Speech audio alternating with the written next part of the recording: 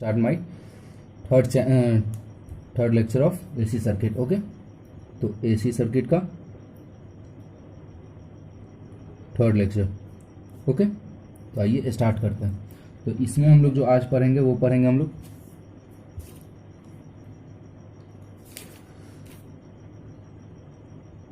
Power triangle, दूसरा पढ़ेंगे power factor of RL, RC और एलसी। ओके, तो आइए देखते हैं। तो इसको स्टार्ट करने से पहले कुछ चीज़ें बता देता हूँ। ओके, तो हम लोगों के पास जो प्रीवियस लेक्चर में जो हमने पढ़ाया था उसमें क्या पढ़ाया था कि भी R M S equal to क्या था। ओके, देख लेते हैं। Maximum value of V M by √2 और I R M S equal to क्या था, I M by maximum value of current by √2। इसमें और एक और चीज़ क्या हम लोगों को जानना है कि जो हम लोग का जो कैपेसिटर था, कैपेसिटर, ओके, कैपेसिटर जो था वो लैग करता था 90 डिग्री से। ओके, और इंडक्टेंस जो था, इंडक्टर, वो क्या था, लीड करता था 90 डिग्री से, लीड करता था। ओके, तो इसका हम लोग को जरूरत पड़ेगा। तो आइए देखते हैं। तो हम लोग के पास जो पावर का फॉर्मूला था वो क्या था, power equal to V I. Okay, तो इस बार क्या चेंज करेंगे कि power equal to V I में हम लोग जो लेते थे वो क्या लेते थे हम लोग, V M sine omega T plus alpha, sorry, या और आई के लिए क्या लेते थे, I M sine omega T plus beta. Okay, ये लेते थे हम लोग। तो इस बार क्या चेंज करेंगे कि इस बार पावर का कंजुगेट लेंगे। ओके, तो पावर का कंजुगेट क्या हो जाएगा, v इंटू आई कंजुगेट। तो कंजुगेट करने मतलब क्या होता है कि a प्लस आई बी है, तो इसका कंजुगेट क्या हो जाएगा, a माइनस आई बी। तो इसका क्या हो जाएगा, v इक्वल टू वी तो सेम रह जाएगा, V M sine omega T plus alpha, लेकिन i में चेंज क्या हो जाएगा, I M sine omega T minus beta हो जाएगा। तो इससे क्या हो जाएगा, फर्क क्या पड़ेगा, जब हम लोग आई आर एम एस निकालेंगे तो हम लोग क्या हो जाएगा, sorry, maximum value of current by √2, maximum value of current by √2। तो ये क्या हो जाएगा, जब करंट था तो बीटा हो जाएगा कितना, माइनस में। ओके, और जब हम लोग वी आर एम एस लेते हैं, सॉरी, जब हम लोग वी आर एम एस लेंगे तो क्या हो जाएगा, वी एम बाई √2, और ये क्या हो जाएगा, अल्फा में पॉजिटिव होगा। ये क्यों होगा वो मैं आगे बताता हूँ। ओके, या तो मान लेते हैं, ठीक है, कि इन दोनों का जो फेज डिफरेंस है वो कितना है, अल्फा माइनस बीटा है। तो फेज डिफरेंस इन लोगों का कितना है, अल्फा माइनस बीटा है। ओके, तो अब क्या होता है कि ये वाला जो पावर है, ठीक है ना, इसको हम लोग एसी सोर्स में कन्वर्ट करते हैं। ये क्यों बाद में बता रहा हूँ, इसलिए बता रहा हूँ, जब इसको एसी सोर्स में कन्वर्ट करेंगे तो ये कुछ इस तरह का फॉर्म, इक्वेशन फॉर्म करेगा, P प्लस आई क्यू। और यही जो होता है कंडीशन होता है पावर ट्रायंगल का, कंडीशन होता है पावर ट्रायंगल का कंडीशन। ओके, तो देखते हैं। जब हम लोग इस एक और चीज यहाँ पे जानने वाली क्या बात है कि जब हम लोग z equal to A plus I B रखते थे, ओके, तो हम लोग मॉड z इक्वल टू क्या करते थे, √a² प्लस बी स्क्वायर करते थे। ओके, तो वैसे ही इसको करेंगे तो मॉड s इक्वल टू कितना हो जाएगा, √p² प्लस q²। इसका क्यों बता रहा हूं ये मैं बाद बताऊंगा, ठीक है, बाद में नहीं बताऊँ, अभी बताता हूं। तो मान लेते हैं कोई ट्रायंगल है। ओके, तो यहां पे क्या हो जाएगा कि जब अगर इस ट्रायंगल को ये जेड वाला बात करते हैं, ठीक है ना, तो ये जो होता है हम लोगों का क्या हो जाता है, ओके, ये जो होता है हम लोगों का वो बेस हो जाता है। तो जब हम लोग पी लेंगे तो ये बेस हो जाएगा, और जब हम लोग बी लेते थे तो ये क्या होता था कि परपेंडिकुलर हो जाता। तो यहाँ पे क्यू जो होगा वो ये हो जाएगा, लेकिन जो हम लोग का जेड होता था वो ये होता था। तो यहाँ पे जेड इक्वल टू क्या हो जाएगा, mod Z equal to mod S हो जाएगा जो हम लोग किसके बराबर है, root under P square plus Q square के बराबर है। तो यहाँ पे जो क्यू है इसको कहते हैं हम लोग रिएक्टिव पावर। ओके, क्यू जो है इसको कहते हैं हम लोग सॉरी पी जो होता है यार, माय फॉल्ट, पी को हम लोग कहते हैं एक्टिव पावर। ओके, और इसको कहते हैं रिएक्टिव पावर। ओके, और ये हम लोग का जो एस है इसको हम लोग कहते हैं अपेरेंट पावर।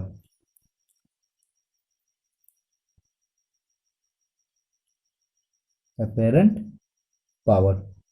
ओके, तो इसको हम लोग शॉर्टकट में भी लिख सकते हैं एक्टिव पावर, रिएक्टिव पावर और अपेरेंट पावर। ओके, अब यहां से क्या होता है कि ये वाला हम लोग एंगल फाई ले लेते हैं। ओके,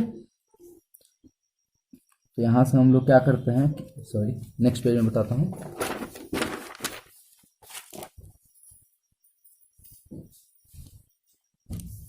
ठीक है या, तो अब यहां पे क्या होता है, पावर फैक्टर का बात आता है, पावर फैक्टर।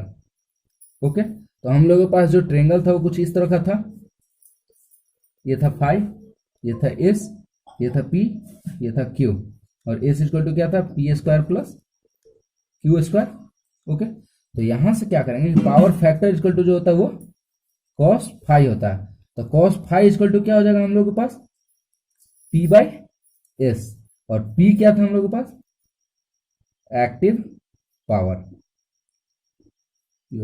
पावर बाई ये अपेरेंट पावर। ओके, ये था, और इसको पी बाई एस को हम लोग क्या लिख सकते हैं, P by root under P square plus Q square भी लिख सकते हैं। ओके, तो ये चीज आपको याद रखना होगा। और ये हम लोग को क्या पढ़ना है कि power factor of L C R C, okay, और आर एल पढ़ना है। ओके, तो आइए देखते हैं सबसे पहला जो हम लोग पढ़ेंगे वो क्या पढ़ेंगे। तो पहला हम लोग पढ़ते हैं आरसी को। ओके, तो आरसी सर्किट। ओके, तो आरसी सर्किट में क्या आप लोगों को लग रहा है, एक रेजिस्टेंस होगा और दूसरा कैपेसिटर होगा,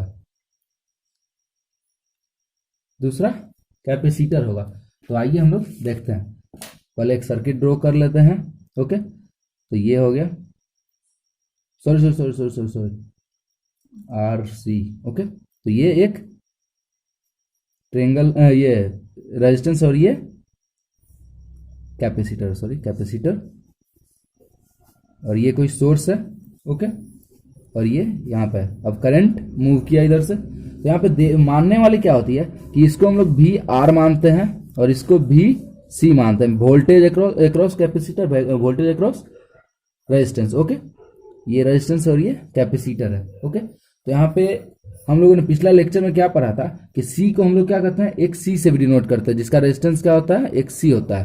कैपेसिटर का रेजिस्टेंस एक सी से हम लोग डिनोट करते हैं। ओके, एक सी। ओके, तो देखते हैं यहाँ पे B equal to B R equal to कितना हो जाएगा, आई आर हो जाएगा।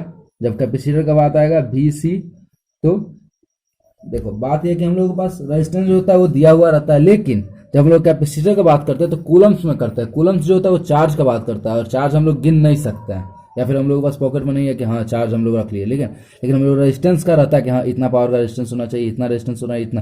लेकिन ये जो होता है चार्ज होता है, चार्ज हम लोग गिन नहीं पाते हैं, इसलिए हम लोग इसको इमेजनरी पार्ट में रखते हैं। ओके, तो इमेजनरी पार्ट में रखेंगे तो ये एक सी आई हो जाएगा। तो जब हम लोग वोल्टेज ऐड करेंगे तो V R plus V C हो जाएगा, तो V C I R plus imaginary part एक सी आई। ओके, अब इसका मॉड भी निकाल लेते हैं, तो क्या हो जाएगा, रूट अंडर आई आर का होल स्क्वायर प्लस एक सी आई का होल स्क्वायर। अब क्या है कि आई दोनों तरफ कॉमन है, आई स्क्वायर, तो आई बाहर निकालेंगे तो स्क्वायर है तो बाहर आएगा, तो केवल आई बचेगा, root under R square plus एक सी का स्क्वायर।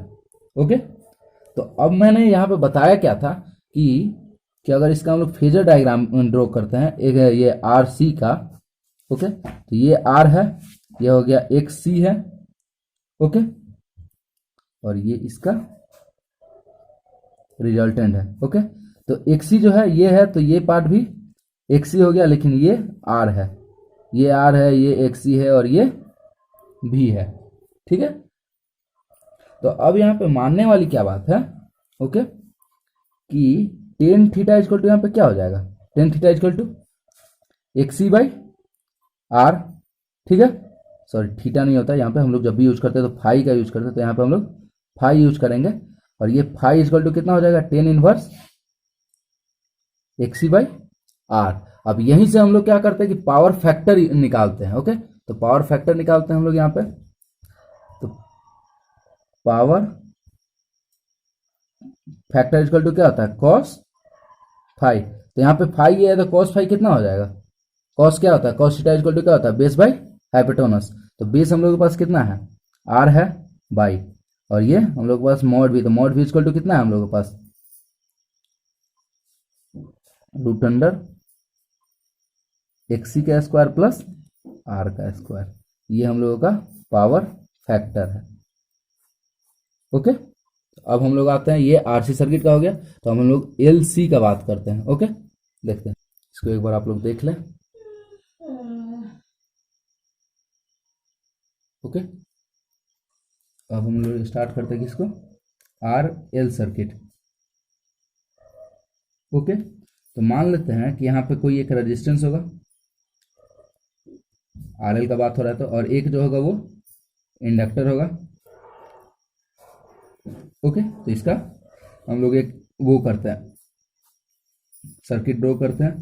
तो पहला कोई रेजिस्टेंस होगा, दूसरा कोई इंडक्टर होगा, ओके, और ये कोई सोर्स से ज्वाइन होगा, करंट फ्लो कर रहा है इधर से आई। तो अब इसमें भी वही मानेंगे कि ये वाला रेजिस्टेंस होगा, इसका वोल्टेज अक्रॉस कितना होगा, वी आर होगा, और जब इंडक्टर की बात करेंगे तो वी एल ले लेंगे, ओके। और ये एल हो गया, और ये रेजिस्टेंस हो गया, और एल का जो रेजिस्टेंस होता है उसको क्या करते हैं, एक्सएल से मानते हैं जो रेजिस्टेंस होता है हम लोग, ठीक है, मतलब ऐसे ही कैजुअली लेते हैं हम लोग, ठीक है। तो जब हम लोग इसका भी ऐड करते हैं, ये वोल्टेज हो गया, तो भी ऐड करेंगे तो क्या हो जाएगा, B R plus B L हो जाएगा। भी यहाँ से क्रॉस हो रहा है, तो इसमें भी जा रहा है, इसमें भी जा रहा है, लेकिन दोनों का समेशन इतना ही होगा। तो भी आर इक्वल टू कितना हो जाएगा, आई आर प्लस भी एल का बात करेंगे, तो यहाँ भी ये इमेजनरी पार्ट हो जाएगा, क्योंकि ये हम लोग का फिक्स रहता है, लेकिन इंडक्टेंस जो था हम लोग करंट पे डिपेंड करता है, जितना ज़्यादा करंट होगा उतना ही ज़्यादा जो अपोज इंडक्टर करेगा, ठीक है ना। तो करंट पे ये मतलब निर्भर रहता है, इसलिए ये भी हम लोग नहीं पता करते, इसलिए हम लोग इसको इमेजनरी पार्ट में डालते हैं, ये कैजुअली हम लोग बोलते हैं, ठीक है। तो आइए देखते हैं, तो क्या हो जाएगा, एक्स एल इंटू आई भी, तो मॉड भी इक्वल टू कितना हो जाएगा, समेशन हो जाएगा आई आर का whole square plus X L I का होल स्क्वायर, ओके। तो यहाँ से भी आई बाहर आ गया, और ये R square plus X L का होल स्क्वायर, ठीक है, मॉड भी। तो अब इसका जब हम लोग फेजर डायग्राम ड्रॉ करते हैं,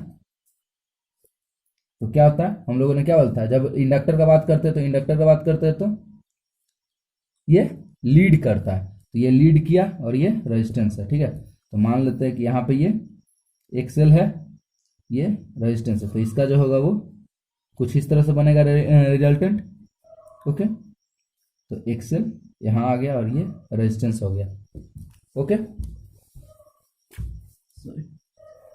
तो यहाँ से हम लोग जब होगा, ये फाई हो गया, तो फाई इक्वल टू यहाँ पे कितना हो जाएगा, sorry, tan phi equal to कितना हो जाएगा, tan phi equal to X C X L by are.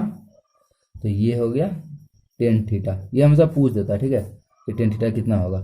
लेकिन जब हम लोग पावर फैक्टर का बात करते हैं, पावर फैक्टर का बात करते हैं, तो हम लोग कॉस फाई का बात करते हैं, तो कॉस फाई इक्वल टू क्या होता है, ठीक है, active power by apparent power, ठीक है।